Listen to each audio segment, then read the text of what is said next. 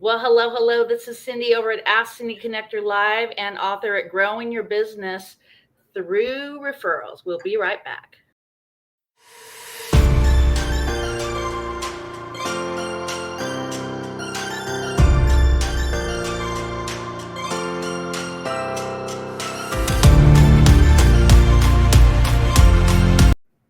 Well, hello, hello. Drew Berman in the house. How are you? I am doing exceptional. Thank you. How are you? I'm doing great. So, as you know, I believe I've met you 5 or 6 years ago. That 10 years ago, I started working on this book project, Growing Your Business Through Referrals. And I'm using national days as a way to leverage. And I'm teaching all these different tools, and you're actually featured in the book. And we talk about the 5 love languages, how it's really important to implement more abundance into your life. And so let's talk about the 5 love languages. What does that mean to you? Well, first of all, Cindy, thank you so much for having me. You had me at hello since day one. I've Yeah. always been a fan of your aloha spirit, and I love how your online personality is very congruent with who you are as a human. And I'm thrilled to be here today. And congratulations on your book. I know it's been a passion project for you for quite some time. So Yes.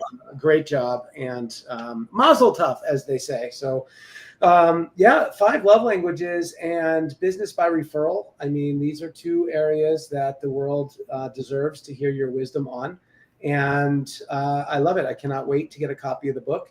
And 5 love languages, when you asked me to talk about that, I was excited because I remember this book was very transformative for me, both in my in business and in my professional life.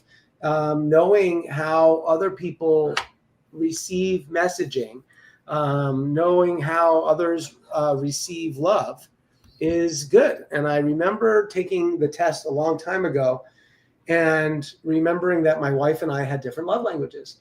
And Oh, I really? remember, Cool. yeah, and I remember the example being, if your love language is gifts and my love language is words of affirmation, and I tell you how great you're doing because that's my love language, but you're Sure. not hearing I love you because you wanted me to bring you flowers. Just knowing that is extraordinary. So the 5 love languages are acts of service, receiving gifts, quality time, words of affirmation, and physical touch. And I think you and I have the same love language in common. We do. What's crazy is we both are really good at adding a little aloha to the mailbox. We send cards and gifts to appreciate people. And that's a big chapter in my book talks about that, how you can use different types of services to love on people in the mailbox. Because when you get your mail, you don't want junk mail, you don't want bills, but getting an unexpected gift, I thought would be high on my list for receiving gifts, but actually the words of affirmation, and I give a lot to the community, so I was really shocked that that was the number one. I scored 40% on that. It was Wow. pretty amazing. Yeah. So, how do you define all these? And, in romance is one thing and in business is another. So acts of service in romance, my wife's been doing a lot of acts of service for me lately. I'm on a special nutrition diet. I don't even like to call it diet. I'm on a fitness program. Lifestyle. Yeah, it's called the 6 week shred. And the 6 week shred is pretty dialed in. It's like this much protein and this much vegetables. And she's been like cooking extra for me. And it's hard enough when she's cooking for the boys, but she's making sure that I'm having enough protein, enough veggies. So those are acts of service. I'm receiving love there. It's not my love, it's not my top love language, but she is certainly giving love there, and I'm actively receiving it there. The next one is gifts.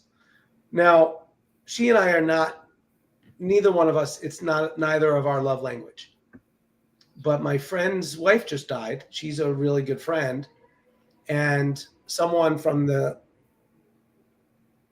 same company you and I are with, one of the companies that we help support and represent, but they sent him a box, a gift. And it was a card with pictures of him and his wife. and that he took, down from online, and some brownies, and it really touched him, right? So that gift actually made him feel loved in a business setting from another man, right? So this could be in love and in romance, and also in business, right? Yes. Quality time is very important, but you and I professionally, that's not our love language with each other. We don't talk to each other very often. The quality time that you and I spend together is half-hour interviews, hour networking events in a 3 or 5 year time, but yet I still consider you a professional colleague, good friend. I'm totally supportive of your journey. And every time we talk to each other, with each other, we feel the aloha spirit. So we feel love to each other, and we don't need the quality time, right? Words of affirmation, you and I both experience it, and it's in my love language at home, and it's in my love language in business. So I like being told I'm doing good. I like being reminded that I'm winning, that I'm leading, that I'm helping, that I'm on the right path. Like, I really love that. And I love it in my home as well. And the challenge when it's lacking, I stop feeling the love. So that's my number one love language. And then the last one is physical touch. Now, physical touch is interesting in romance and in business, right? So in romance, it's not necessarily sex, because you just sent me the test, and a lot of the questions are about, holding hands, hugging in public, even high-fiving, like sports teams, right? When they're like in the locker room and they're like just, getting all of the adrenaline going, they're in a unified physical touch. So it's not sexual, and it is sexual, right? Like, some couples like crave it a lot more than others. In business, I find physical touch one of my love languages. I happen to be in a very huggy business, both male and female. And a lot of the events we go to sometimes are 3-day events. So like maybe day 1 is knuckles, right? Day 2 is like high fives. Day 3 is hugs. And that kind of morphs, allowing everyone who's, different comfort levels. Does that all make sense? Yes. And you actually, I don't know if you know, but if you have a teenager, you could actually see here on the screen the love language quiz. And here in the show notes of today's show, you could actually get a link to go there. So you can fill it out as an adult, as a teenager. And then also for a small child also. So personal development can start at very young age. So when say at 8 or 10 years old, we should teach our children personal development. Yeah, totally agreed. I've been in peak performance and business development now for, 20 years. I first got engaged with Landmark, Instagram, with Landmark, then lots of time, energy, and money in Tony Robbins' world. Then lots of time, energy, and money in Peak Potentials, where I was actually one of 8 or 10 out of 15,000 that got hired by the company to do sales training in the back of the room. We were doing $35,000 events. So I've been in peak performance and business development now for 20 plus years. So let's go into the words of affirmation, because that's our high. But I'm just so shocked. I love receiving gifts, and that literally was a lower level on my testing. But the affirmation is, and I actually have a whole chapter. Well, in my book, I actually call it modules, not chapter, because that's kind of how I teach my courses. So one of the things I talk about is the value of the I am statement. Did you want to touch on a little on that since you're on here today as well? Like how? Yeah,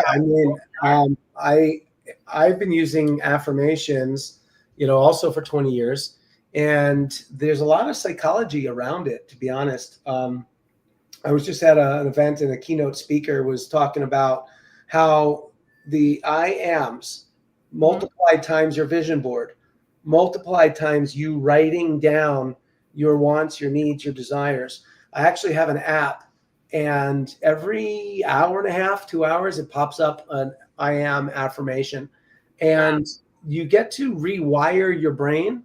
Those not in the know call it brainwashing. Those in the know say, yeah, maybe my brain needed a little bit of washing. We just had an election in the United States, and it was fairly heated. It was fairly controversial. Yes.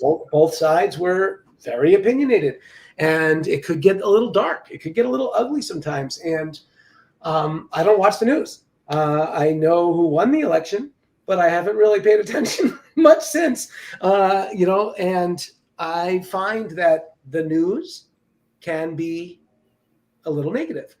You don't tend to hear about all the successful plane rides that happen every single day. You only read about the plane crashes. You don't hear about all the acts of kindness that happen around the world. You only hear about the wars.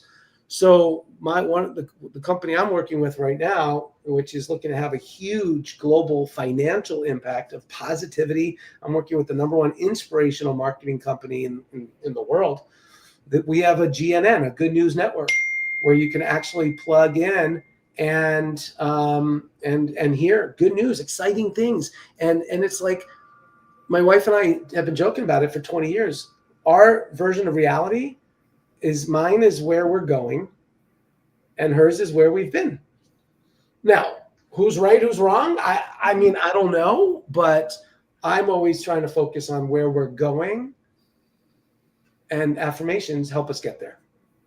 Well, another topic, it's off the topic of 5 love languages, but this is my personal opinion, and I talk about it in my book, is I have a whole section on all the different things that we should and should not talk about. And #1 is religion, because not everyone's going to have the same thoughts on it. Definitely politics. And sometimes people talk about the devil and stuff like that. So if you're growing your business on social media, it's important to lead with a positive mindset. Talk about things positive. You want to lift people up. Another thing I talk about in my Facebook chapter is, if you see someone's post or video, don't post negative. If you have maybe a situation you have with someone, address that separately, but you never want to belittle someone on their post. So you want to talk about that, how important that is? Yeah, of course. I mean, listen, social media is not for selling. However, people sell on social media, which is totally fine. If you have teammates or prospects or clients,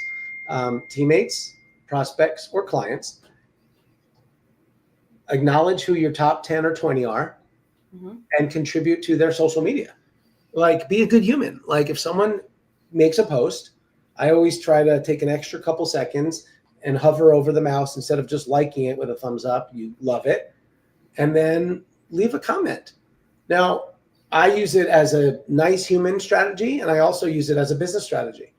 If I'm actively looking to engage someone in business, either as a partner or a client or as a strategic alliance or as a ecosystem merger or a speaking gig, I will often just like or love 3 of their comments, comment on one of them, and then send them a personal message. And this is how I stay engaged with people, with humans. And if you comment nicely and you add value, you're going to be in that person's world, in their person's algorithm, and that's going to help you. Listen, it's not all about business. It's going to help you with your relationships. It's going to help you spread good into the marketplace. It's going to help you make others feel good, and it'll keep your connections bigger, better, and stronger for business.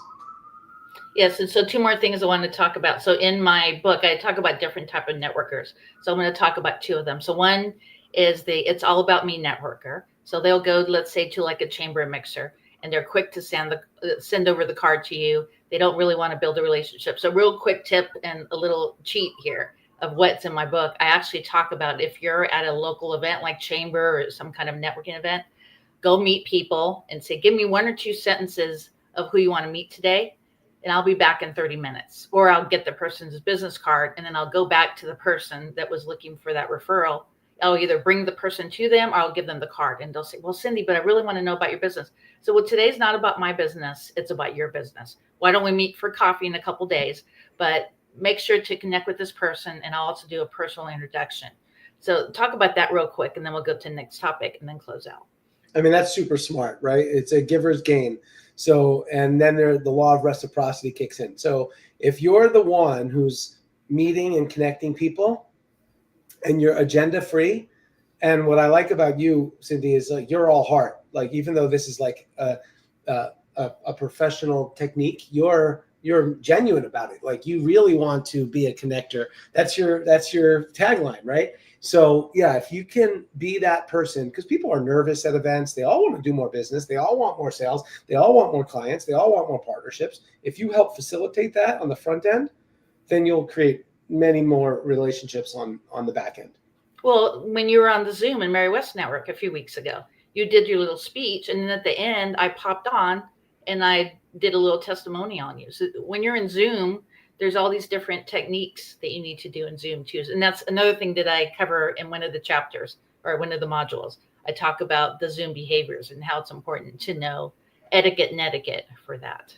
So the last thing I want to talk about is a lot of people will be posting, like I've posted my travel agency, because some of the posts I posted on there, I've gotten new business partners, but I like to mix it up. And a couple things we can do that doesn't cost one thing, one red cent, is do a video testimony on someone, or go to Yelp, Facebook, or Google and do a written testimony. Let's cover that, because that's two things you could do for free that's paying it forward to someone else. Yeah, and LinkedIn, right? So if you go onto someone's LinkedIn and give them a recommendation, they're going to see it they're going to get a ping. It's going to say you just got a recommendation. Alignable is doing something like that right now. You mentioned you mentioned Google and Yelp. So yeah, those 4 places: Alignable, LinkedIn, Google, and Yelp. Doesn't cost you anything. Takes you a few minutes. Allows you to be genuine. Allows you to add value to someone else's world, and your name has good value. People can find you, click you, check you. So it's a good human activity. It's a good business activity. Okay, so in closing, what is your number one business tip? And then I'll give mine. Well, I only teach business tips that work for me. And this year's my mantra is called Go All In. So I'm looking forward to having our books side by side. My mantra, my success tip for 2025 is go all in. What would happen if you went all in with your marriage, all in with your book, all in with your finances, all in with your team, all in with your project? And that's what the book is about, and it's coming out next month. Good. And then you'll be in the resources section, and I have other areas I could put you in the Zoom etiquette, or I could put you on the Facebook. I know the Facebook one I really want you in, because that's how we met, through Facebook. So in closing, I want to say my business tip is, when you're posting, mix it up a bit. So right now there's a lot of referrals on there because people are tagging me. I'm not on my personal page, but connect and make those solid referrals. This happens on LinkedIn and Facebook. Matter of fact, today I reached out to one of my business coaches who's going to help me get on national television, and a mutual friend of ours sent a 3-paragraph dissertation on why I need to attend her event. I've never even scheduled a one-on-one. So that's what's important, guys. Schedule those one-on-ones, get to know people. Don't go on a stranger's, even though they're your Facebook friend and you haven't actually built that relationship with, don't send them a dissertation for them to attend your event. Get to know them first, number one. So amazing. You are a gem as always, and looking forward to great things. Much success on your book. I can't wait to get a copy, and let's make magic happen. Okay, so my book is Growing Your Business Through Referrals, and do a shout out to your book.